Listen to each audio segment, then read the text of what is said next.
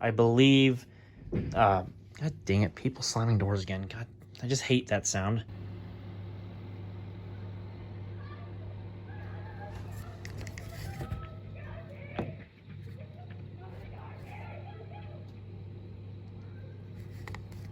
Gee, thanks, people. So, in this video, this will probably be the last time you'll see my Dell OptiPlex 790, and, well, yeah. So what am I going to do? Well, let's get into it, and I'm going to talk about it.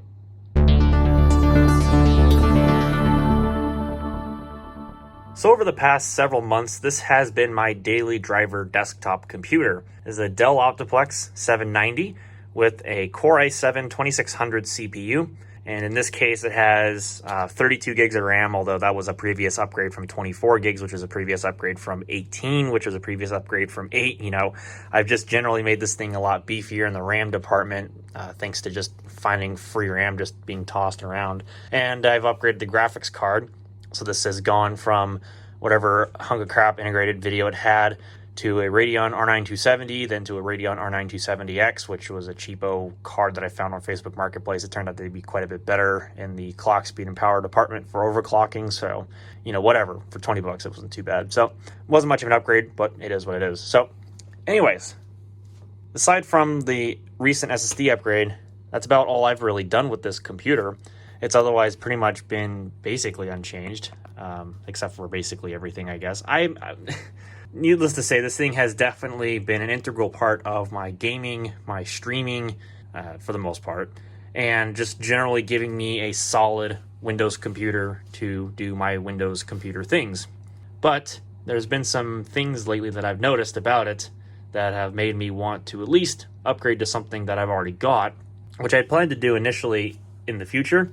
But it looks like now is going to be probably a better time than any to just do it and get it done, because why not? So there's a couple of things to note about this system that are probably just little things, but whatever. And that is the first major point being the PCI Express revision limitation.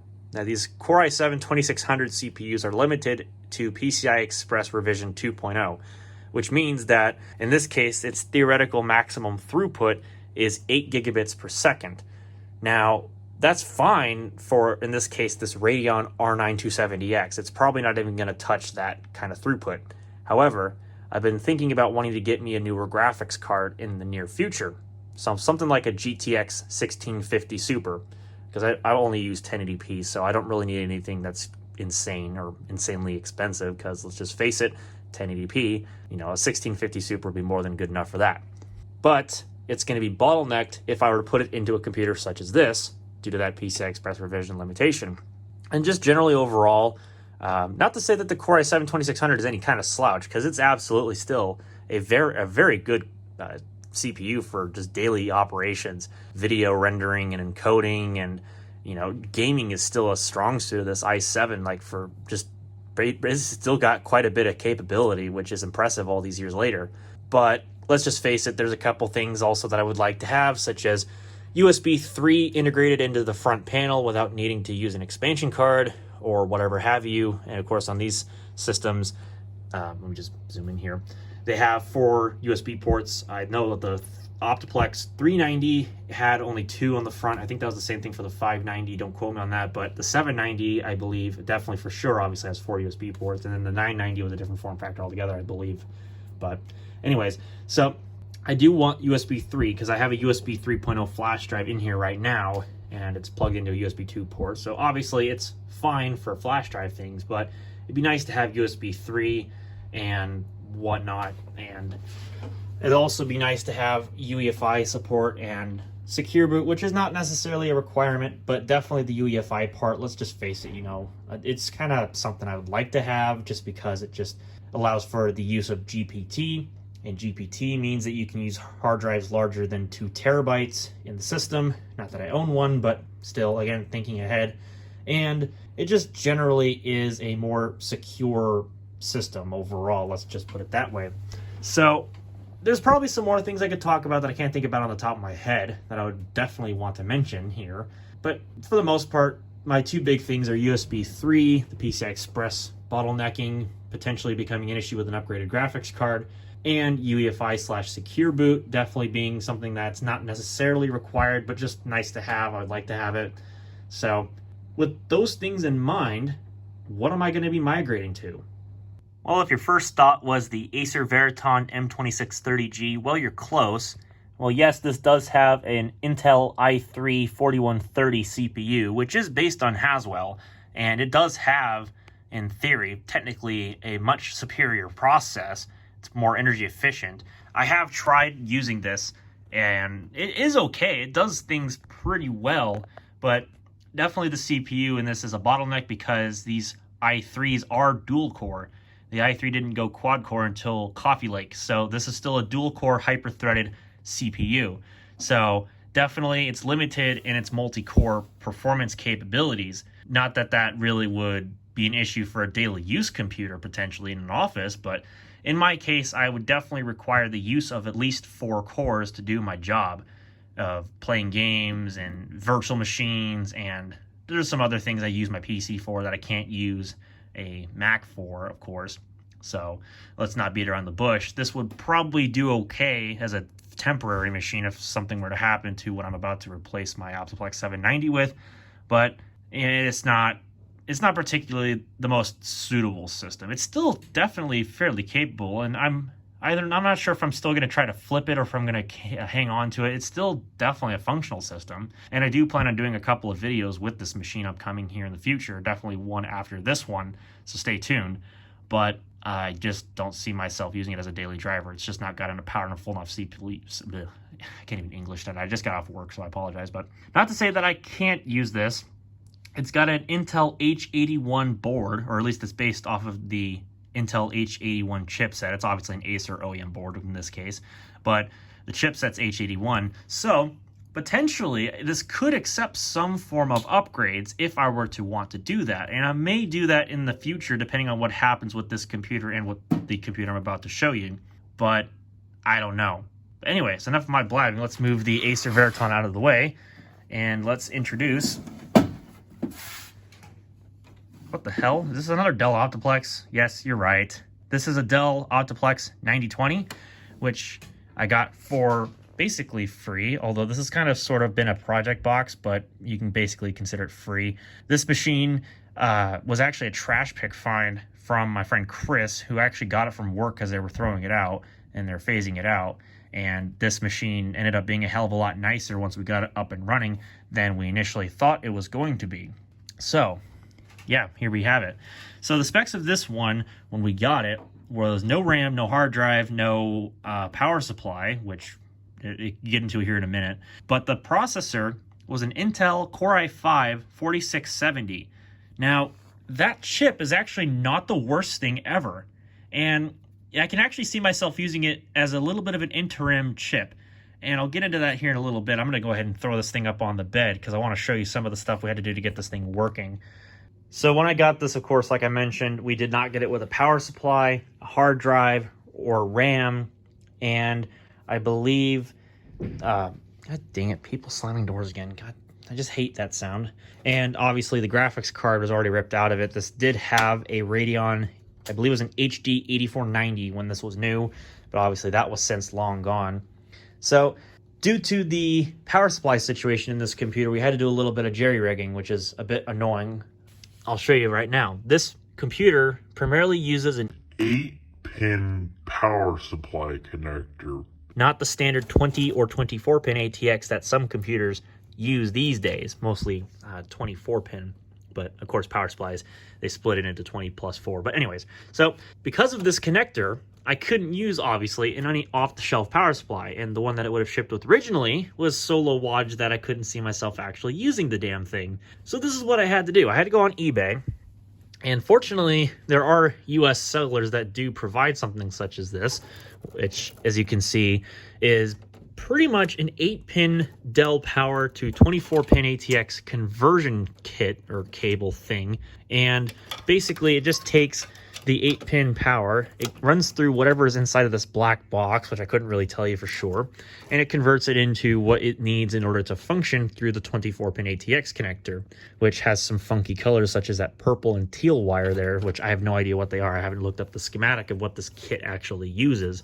But the point is, it gets the system working, which is fantastic, and that's all that really matters to me. So all in all, as long as this thing boots and works, I have no issues with it. The only thing I'm going to have issues with now, because I'm going to have to swap power supplies around, is cutting all the flippin' zip ties to get the power supply out of here. That's just not going to be fun, but that's a first world problem.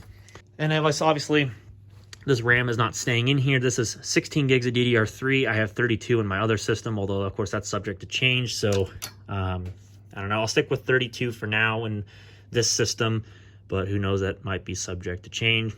I don't believe there is a heatsink on this, so for those wondering about the exposed die, it should be okay without a heatsink. There's literally like nothing on the board to attach it. Another thing about these that's kind of interesting too that I've noticed from Intel's website is the PCI Express lanes. These i5, i7 CPUs, whatever, from both Sandy Bridge, Ivy Bridge, and Haswell, I believe they are all limited to a maximum of 16 PCI Express lanes. So basically what this means is that your expansion slots are a bit limiting. So you can have basically one times 16 card, which uses all 16 PCI Express lanes, or you can have, I think it's 2 times 8 or something like that. There's like very limited expansion capabilities. So for example, if I have a graphics card in this X16 slot using all 16 lanes, and say I wanted to add in another one, well, you can't, because in the case of this card over here, which runs in PCI Express X1 mode, that's going to take away some of the modes from this card up here. So that's going to get shifted down to, I think, times 8 bandwidth, and that cuts down the bandwidth in half. So that's no good, or more than half even in some cases. So yeah, that's not good. So that is one limiting factor about this system, and the OptiPlex 790 for that matter. So definitely first world problem, I know, but it's whatever. I just run one graphics card, so it's not the end of the world. And my wireless card just uses this PCI Express slot down here for power. It just connects via the internal USB. So that's not a big deal, but you know, for people who use PCI Express, that's a big issue. So definitely not a multi-GPU system.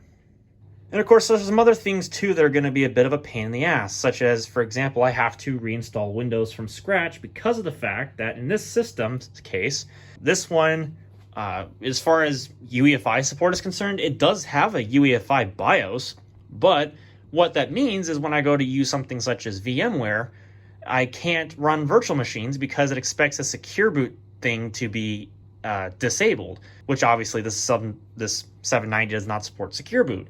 Which means that no matter what I do inside of the local group policy editor or whatever have you to manage the policies for that secure boot crap that VMware expects you to have disabled in order to run the program in the first place, I can't get it to work no matter what I try. So I just as well run it in BIOS mode because it just doesn't work in UEFI mode. So I've always run this thing in BIOS mode because the secure boot just isn't there and I can't properly configure it, which is annoying.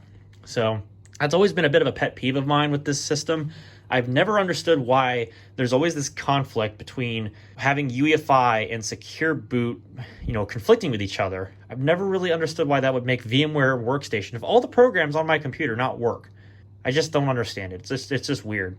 So luckily, going to a system that has true native UEFI and secure boot built into the BIOS, that's going to be huge. It's going to be a real big lifesaver. So I guess without further ado, I'm going to get to getting this stuff done, which means I gotta go get my tools and basically rip this power supply out, rip the hard drive out, rip the RAM out, and start getting this thing ready to go as far as taking the stuff from the 790 over there is concerned, be it the graphics card, power supply, RAM, wireless card, all the fun stuff. So okay, so you're going to have to forgive my camera positioning. I don't exactly have a phone tripod, as y'all know, so whatever. And as well as the scenery. I know it's not the best, but what do you expect for a dorm room? So, I'm going to start by disassembling my OptiPlex 790 here. I want to see if I can actually get you all just a smidge of a better look into what I'm doing. But I'm going to basically take my power supply out, which means I got to cut another zip tie there. I'm going to start by taking out the expansion cards because those are going to be the easiest ones to get out. So first we're going to start with my graphics card. I'm going to get that out of the slot, hopefully. There we go. Probably just cut myself on solder joints as per usual. Then I need to take out my wireless card, which means I need to disconnect this USB header. And then this should just come right out, like so. Now I can do the RAM, because there's no more graphics card in the way, so I can just come in and just take out all this RAM. And I know all the sticks are completely entirely matched, but whatever, it doesn't really matter, still runs a dual channel anyway, so it is what it is. So, okay, next we have the drives. So I'm going to just disconnect the hard drive first things first, and then see if I can fish my SSD out of here, which, there we go. Let me grab my hard drive and pull it out. There we go. Now, I think the last thing we need to do besides this SATA cable is we need to get this power supply taken out of the case. So hopefully, this is the only thumb screw I have to take, or zip tie. There we go. I really am in the mood for doing this, if you can't tell. So we'll cut that. I still hope y'all are seeing this okay. I apologize if you're not, but you get an idea as to what I'm doing just based on my audio-visual demonstration. So we disconnect the CPU power, and then we disconnect our 24-pin CPU power, which obviously in the OptiPlex 790 and 7010 series systems and every other freaking system you can think of, standard power, nothing fancy. I didn't know where I put the original power supply, so that's going to be interesting to figure that out, but I guess we'll cross that bridge when we get to it. Maybe I'll throw the smaller power supply like I got system into this. We will see. So I believe that's everything. So now, what we need to do, I'm going to grab my screwdriver. We're going to take this power supply out of here. Now the idea with this system is I'm going to probably flip it because, oops, that's not exactly what I wanted to do. Because I don't really need another one of these computers here. Now it's not to say that if it doesn't sell, I won't hang on to it, or I'm not going to like junk it or whatever. I'll probably still find a use for it, but, you know, anything goes. I don't know. We'll have to see. I'm going to try listing it just like I'm going to try listing my Acer Veriton M2630G. And I'm going to see if I can just get it out of here. I'm just trying to get rid of excess stuff so that way I have a little bit of extra funds to play with. So that's the one thing. And secondly, the space. So this should just slide right on out of here. And there we go. There's my EVGA 600 watt power supply out of here. And that should be all we got to gut out of this OptiPlex. I don't know if I need any extra like SATA cables or anything, but I guess we'll cross that bridge when we come to it. So now on to the 9020, which we'll move the side panel out of the way because that's not to this computer. So this one we're going to have a little bit more zip tying to cut because of course we do. I'll line this up at least somewhat roughly, or it's not really going to work out, is it? No. Oh, whatever. I'll try my best. So we're going to take the hard drive out because obviously I am going to be putting back in my storage drive. This is the old hard drive that I had in my OptiPlex 790. This was a Seagate Barracuda 500 gig, 7200 RPM hard drive. Came out of some HP computer. Nothing fancy, but it does work. And I'm just going to swap it out. Will this bracket fit any better? It appears like it's going to, so I'll just reuse it. Whatever, that's fine. Okay, so now we got to cut some zip ties to the power supply. So unfortunately, all this lovely, nice cable routing is going to have to go out the window. Unplug our CPU power, which thankfully is the standard connector. Unplug the ATX power over here on this side. We're going to leave this connected, of course. And then I believe If I didn't route all my cables in such a bizarro fashion. Let's see if I can get this USB 3 header out of the way. Okay. I need my extra SATA cable from the other system, which I'll grab here in a second. Looks like that is everything off of this power supply. Now, this power supply wasn't exactly that well mounted to begin with because for some reason, I don't know why, these screws did not quite fit, so I kind of had to like jam it in there, which is probably not good for the power supply, much less the case. So I'm not going to be surprised if this other power supply, which is very similar in form factor, is also not going to fit. But I'm also not going to be surprised if the power supply fits fine, but it's rather the screws that are just that crap. I honestly don't know. I just got this power supply secondhand from my friend Chris, who wanted to put it inside of this computer, and so I kind of just said, fuck it, I'm going to jam these screws in here because I just want to get this power supply in there. It never really has fit quite right, but you know what? It had a power supply, and that was all that mattered. So there's this 450 watt unit out, which wasn't exactly great, but oops, almost dropped it. It was 80 plus bronze compared to my other one's 80 plus white. So I guess you get what you pay for, which is nothing in my case, which I don't know. Maybe I'll throw it back in the OptiPlex 790. Haven't decided yet.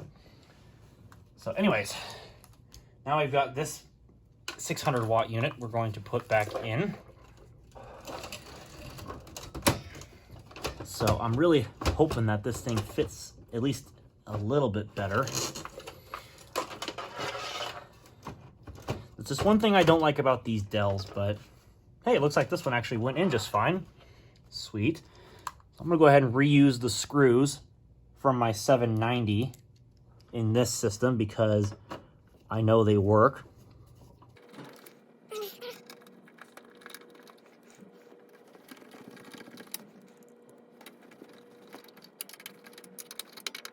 And the power supply is back in, if I can not lose my bit to my screwdriver.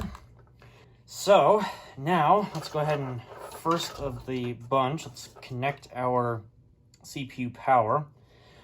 This is fortunately just going to be the one 4-pin connector. Now we need to plug in our 24-pin. And I'm going to do a very similar trick like what I did before. I'm going to run this underneath the USB 3 connector because cable management is a kind of a pain in a small tower OptiPlex such as this.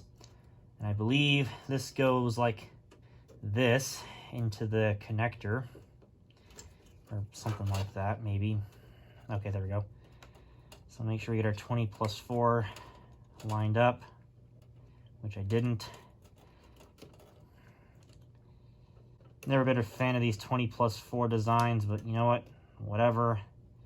As long as it works and it stays in, I don't really care too much because it's just kind of what it is. So there we go. So that's in there.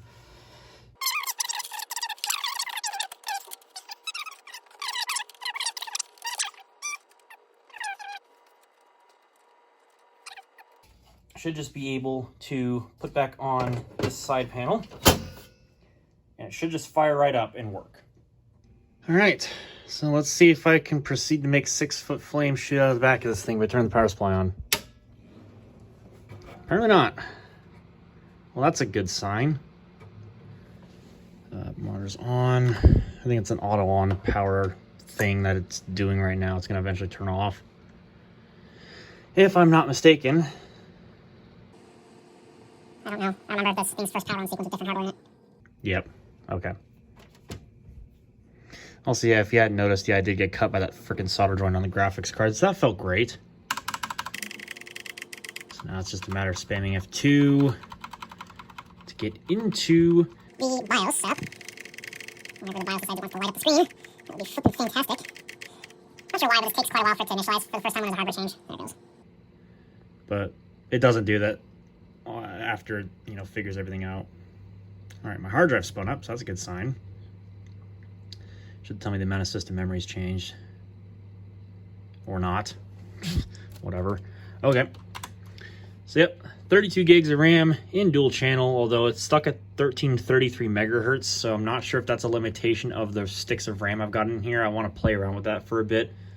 So I might not get it quite at the 32 gigs I have it at right now. I might get like maybe where I was at before, which might be 24 gigs, or maybe I'll do 28 gigs because I've got matching cast latency and whatever sticks, but they're just different capacities, which you can technically do that and get dual channel still. So I don't know. I'll have to play around with it. I'll get my mouse works. So it does recognize ATI rated HD graphics. It sees my SSD and hard drive and optical drive, so that is also fantastic. Yeah, Core i5 4670 CPU, 4 cores, 3.4 gigahertz. So not nearly as capable as the i7 2600 as far as like hyper-threading and whatever is concerned, but the IPC of this chip is actually better than the i7, so that makes sense. So we want UEFI, which there's an old Ubuntu thing in there. We're going to just remove that because it's no longer installed. We're going to turn off legacy option ROMs. We're going to have this set to just, you know, whatever. Secure boot, I need to make sure is also off, which it is off, so good, because I need to go install Windows and I can't have secure boot be on. I think everything else as far as the BIOS is concerned, I don't believe I have to touch anything. I'm just going to check state of operation, make sure it's on AHCI, and it is. Smart is on, all the ports are on, audio's on, blah blah blah. Not like anything's really different from the last time I used this thing, so we're going to apply. And we'll insert my USB stick into the front. If I put it in the right way, I'll just use this port. Make sure these actually are working. Press exit. And now we proceed to smash the F12 key once it comes back on. I'll turn my brightness up on the keyboard if I can get it to do that. The BIOS is now higher resolution thanks to the UEFI nature of it. So now it's at the native resolution of the monitor. Hard drive's definitely making some good sounds, like it's actually being mounted. Perfect. My USB stick shows up. UEFI, secure boot off. This should just work. Hey, we got a Dell logo. Perfect. This is almost too easy.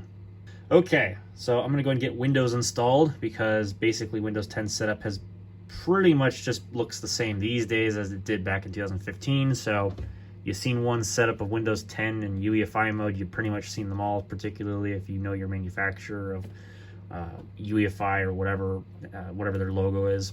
So yeah, I'm not going to bore you with installing Windows 10. I'm going to take care of all that stuff off camera, and then we'll see if we can get some stuff installed and try playing some stuff.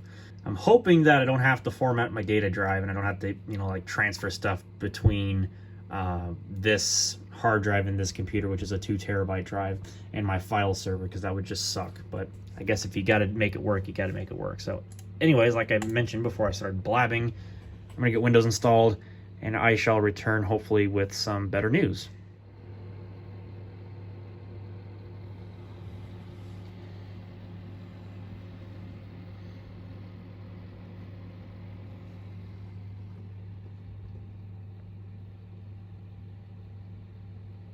Alright, and we have made it into Windows 10 1909, or at least presumably I think it's 1909. I guess we'll go check and see real quick. Windows is activated already, that's a good sign. Yep, Windows 10 1909. There's a little bit of a verification to the specs in case anybody wanted to know how much RAM this thing had in it. Let me just rename this real quick. Get that going. Alright. That should take care of that.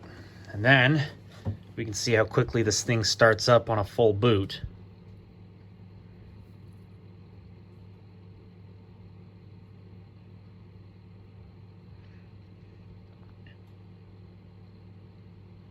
Whew, dang, that thing is a speed demon.